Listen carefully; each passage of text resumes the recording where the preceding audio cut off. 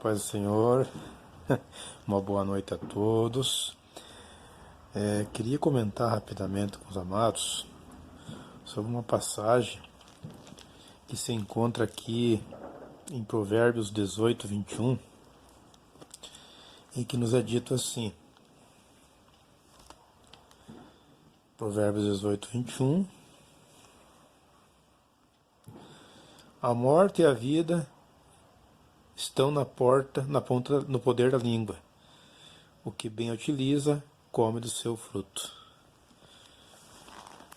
Essa passagem, amados, em que foi lida, nos chama a atenção sobre o poder que temos em nosso modo de agir, de falar.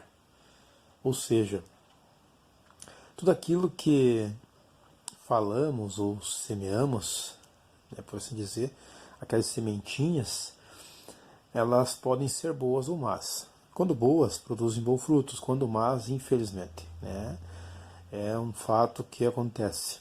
Pois bem, poderíamos pensar assim: pela palavra Deus criou o mundo, e é verdade. Ele poderia simplesmente estalar seus dedos, ou quem sabe fazer um gesto, e tudo se formar, porque Ele é Deus. Mas quando a palavra nos diz que pela sua palavra Ele formou tudo que existe hoje, temos que ter em mente que esse poder, não que somos Deus, mas ele é nos dado. Quando abençoamos alguém,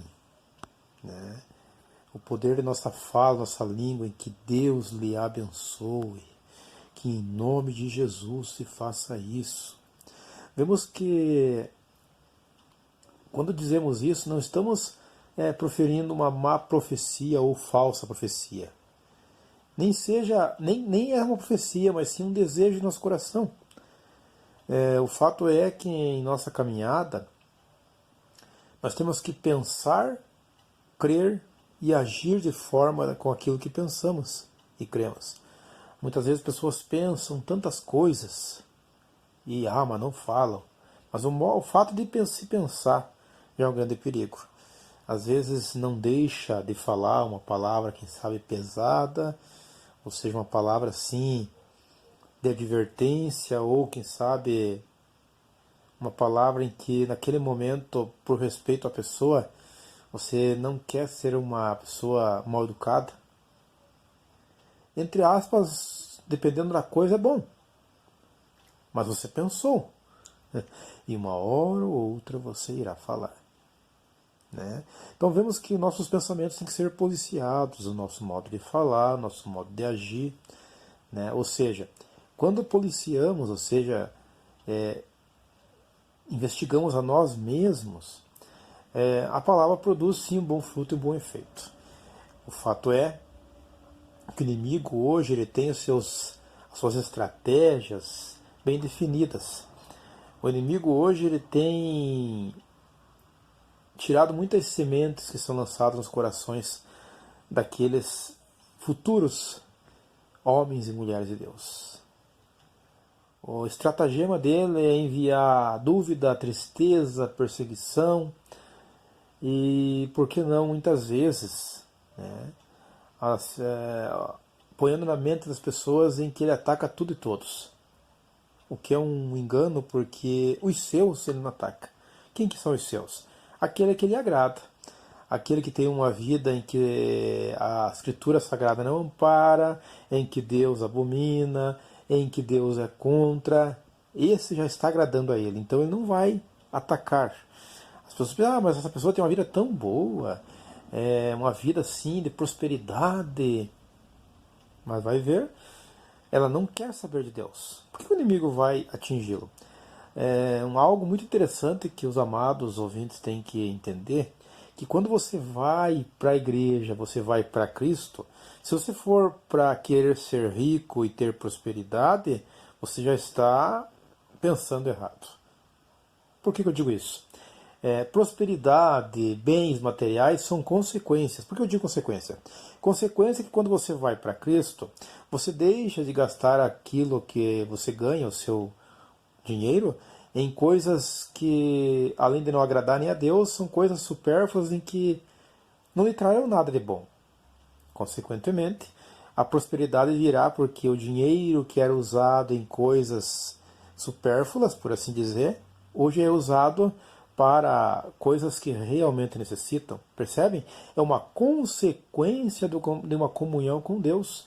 Nem precisa lhe passar uma revelação sobre a prosperidade, ou muitos têm pregado a prosperidade hoje.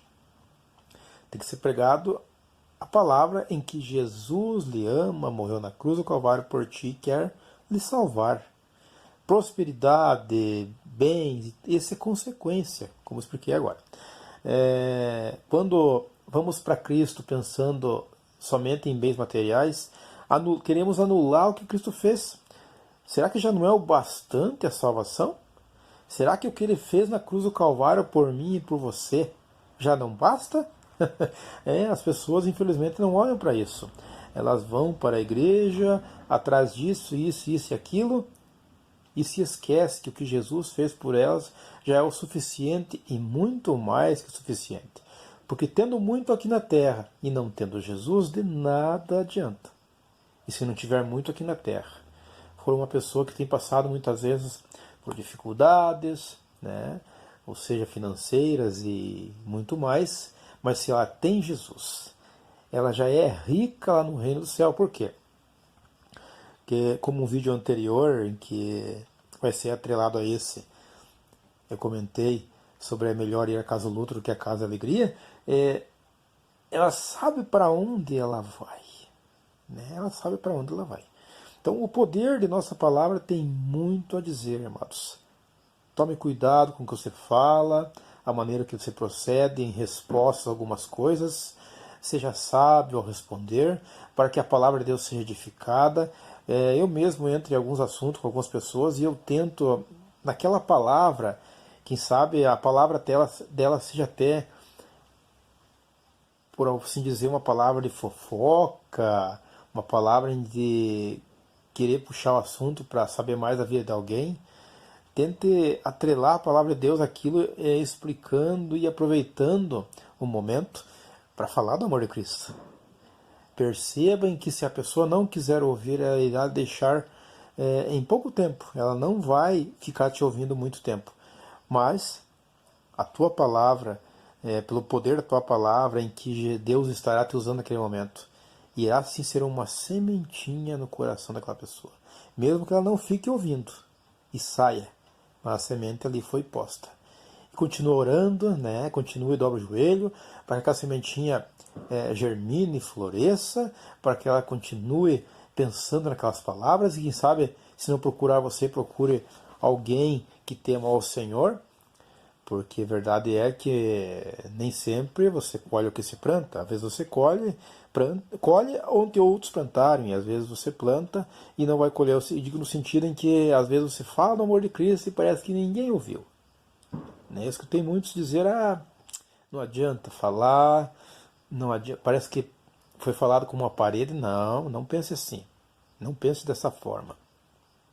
Há muitos que chegam a você hoje querendo saber do Evangelho, querendo saber sobre como proceder, com tantas dúvidas, que uma semente foi plantada por alguém, percebe? Então, quando você semear, outro poderá usufruir, vamos dizer assim, de falar do amor de Cristo a essa pessoa. Bem? Então, pensando dessa forma, um conselho eu te dou: encha a tua mente de Cristo, fale, leia a Bíblia, pregações, escute sermões sobre vários assuntos. A questão da palavra, há muitos homens e mulheres hoje em todos os locais, na mídia, onde você trabalha, quem sabe na igreja, que são homens e mulheres de Deus. Ouça-os. Deus quer nos ensinar, nos instruir, para que possamos usar a nossa língua, um órgão tão pequeno, para produzir coisas grandes e melhores para Deus. E não fogos e tempestades destruidoras. Não. A nossa palavra tem que ser: Deus quer te salvar, Deus enviou seu Filho por ti, Ele te ama. Quando você ama o seu Filho, de acordo com João 3,16, em que Deus amou o mundo de tal forma, de tal maneira, que enviou o seu único Filho para que todo aquele que nele crê não pereça, mas tenha a vida eterna. Percebe? Todo aquele que nele crê. Então percebemos que aquele que não crê em Jesus, automaticamente ele nega a Deus. E como Deus pode amá-lo se ele nega o Filho dele? Então quando ele ama o mundo, ele ama todos, sem exceções, mas aquele que crê no seu Filho. Amém? Pai querido, Pai amado, foi meditado sobre essa passagem, Senhor. Sobre o nosso modo de falar, agir e quem sabe pensar. Alcança esse que está ouvindo, Senhor, para que ele possa, nessa sementinha que foi semeada no seu coração, analisar e pensar. Esse vídeo, Senhor, será atrelado ao vídeo anterior, ao qual o Senhor também me usou sobre a casa de luto. Que possamos, em o nome de Jesus, te adorar e te exaltar em espírito e em verdade, porque somente o Senhor pode e vai fazer aquilo que lhe apraz. E que as sementes que são lançadas nos corações que estão ouvindo possam germinar e produzir frutos. Que o inimigo, ao qual tem ouvido também, e tem tentado agir através dessas pessoas, pondo dúvida em seus corações, caia por terra agora em nome de Jesus. Amém e amém.